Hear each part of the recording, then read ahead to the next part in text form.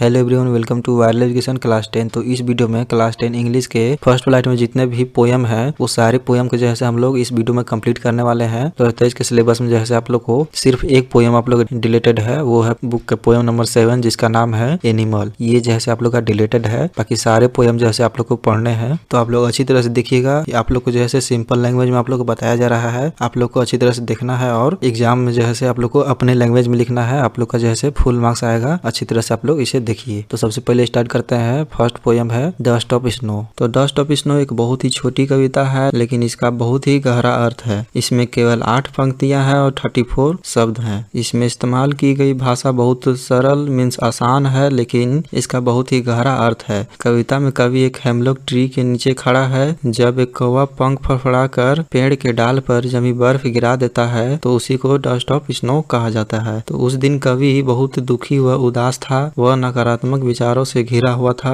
लेकिन जब उस पर बर्फ के मुलायम कण गिरते हैं वह अपने विचारों के इस जाल से बाहर आ जाता है। कवि का वास्तविकता से संपर्क टूट जाता है। आज अधिकांश आबादी नींद में चल रही है। उनके दिल अफसोस और डर से भरे हुए हैं। जीवन में हम अक्सर अतीत में हुई घटनाओं पर पछतावा करने और भविष्य में होने वाली स्थिति के डर से तनाव में आ जाते हैं। आज अधिकांश लोग ऐसे हैं, उनके पास अपने दिल में शायद ही 1 या 2 पल की खुशियां होती है। वे भूल गए हैं कि उनके पास अतीत या भविष्य पर कोई शक्ति नहीं है। उनके पास केवल वर्तमान है और यही उनके जीवन की दिशा को निर्धारित करेगा। और पछतावा और डर व्यर्थ के प्रयास हैं। जैसे कि हम कविता में देखते हैं, कवि भी ऐसी ही स्थिति में है। ऐसा लगता है कि वह अपने वातावरण से अनजान अपनी नकारात्मक मानसिक बकबक में खो गया है। लेकिन जब वह अपनी त्वचा पर बर्फ का हल्का स्पर्श महसूस करता है तो अपने विचारों को भ्रम से मुक्त हो जाता है और अंत में प्राकृतिक को उसकी सारी महिमा में देखने में सक्षम हो जाता है। तो यही था डस्ट ऑफ स्नो। उसके बाद स्टार्ट होता है फायर एंड आइस। तो फायर एंड आइस कविता 1920 में प्रकाशित हुआ था। उस समय वैज्ञानिकों को मानना था कि पृथ्वी के नष्ट होने के 2 तरीके हैं। पहला, सूर्य से टकराने के बाद जल जाना और दूसरा, पृथ्वी का अंतरिक्ष में खो जाना और बर्फ से जम जाना। कवि इन दोनों संभावित परिणामों का जिक्र कर रहे हैं। कवि इच्छा डिजायर के रूप में आग का उपयोग करते हैं। इच्छा होना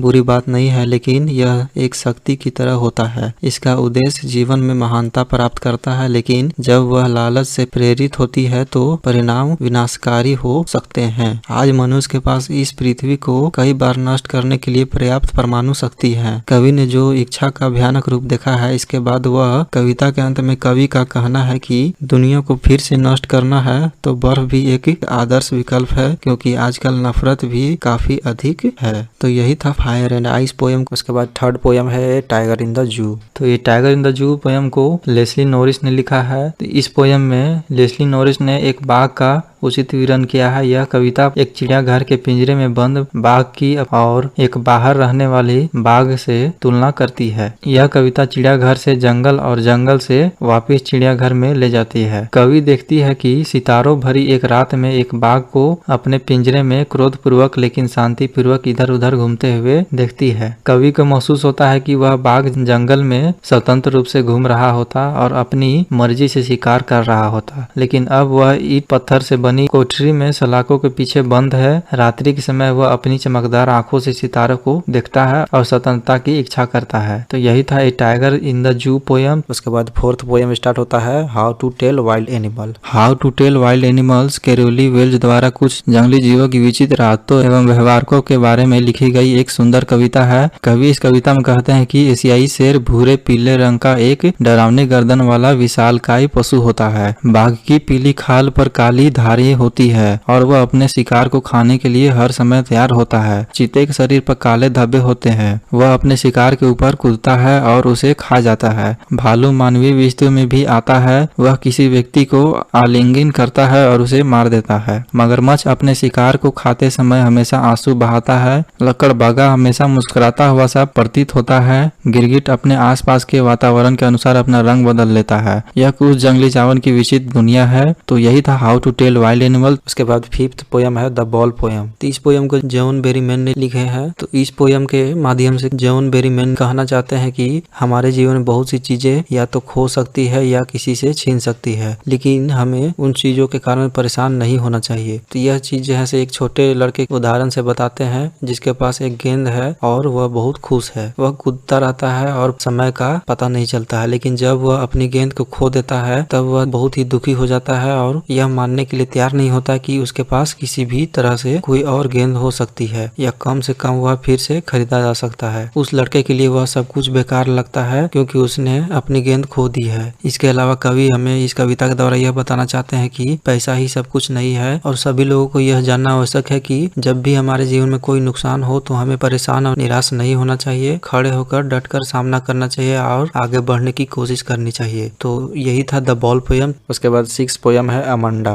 तो यह पोयम एक छोटी लड़की अमांडा की स्थिति के बारे में दर्शाई गई है, जिसे उसकी माँ बार बार उसे सिखाती है कि क्या करना है और क्या नहीं करना है। उसे कहा जाता है कि वह अपने कंधों को ना झुकाए और सीधे बैठ जाए। उसे अपना होमवर्क खत्म करने और अपना कमरा साफ करने के लिए कहा जाता है। उसके पास जो चॉकलेट है उसे खाने से भी मना किया जाता है, लेकिन छोटी बच्ची अमांडा हर समय खुले में अपनी आजादी की जिंदगी का सपना देखती है। वह धूल भरी गली में नंगे पांव समुद्र में घूमने के लिए सोचती है और सुनहरों बालों वाली रिपेंजल की सपने देखती है। रिपेंजल जैसे एक ऊंची टावर में अकेले रहती थी। अमांडा के जो भी चीज कहा जाता था वह ध्यान से नहीं सुनती थी। फिर उसे उसकी माँ जो है से उसे मूडी होने और हर समय चिढ़ने के लिए फटकार लगाती है। तो यही था अमांडा पोयम। उसके बाद 7th पोयम था आप लोग का एनिमल। एनिमल जो है आप लोग का डिलेटेड है इस बार के सिलेबस में, इसलिए स्टार्ट करते हैं पोयम नंबर 8 द ट्रीज। तो इसमें पोएट कहते हैं कि वृक्ष घरों की सीढ़ियों से बाहर खुले जंगल में चले जा रहे हैं। कवि ऐसा इसलिए कहते हैं क्योंकि मानव जाति जो है से पेड़ को अपने घर से बाहर निकालने के लिए तैयार है। आगे पोएट कहते हैं कि जंगल पिछले कई दिनों से खाली है और इसलिए क्योंकि जंगल में कोई भी पक्षी दिखा नहीं जा रहा है। अब पक्षी इसलिए नहीं देख रहे हैं क्योंकि उनके बैठने के लिए कोई भी पेड़ नहीं है और साथ ही साथ कीड़े मकोड़ा भी नहीं दिख रहे हैं क्योंकि उनके पास कोई भी रहने का आश्रय नहीं है। और आगे पोएट कहते हैं कि सूर्य का प्रकाश कभी भी छाया नहीं बन सकता। मानवता का जंगल कई दिनों से खाली है लेकिन जल्द ही पूर्ण और उज्जवल हो जाएगा। फिर उसके बाद पोएट जो है से पौधों द्वारा जंगल तक पहुंचने के लिए संघर्ष की व्याख्या करते हुए कहते हैं कि जड़ों ने पूरी रात बरामदे के फर्श से खुद को अलग करने के लिए काम किया। पत्तों ने कांच की खिड़की तक पहुंचने की बहुत कोशिश की ताकि वह बाहर जा सके। यहाँ तक कि पेड़ के छोटे तनों ने भी खुद को आजाद करने के लिए बहुत प्रयास किए और बड़े शाखाएं भी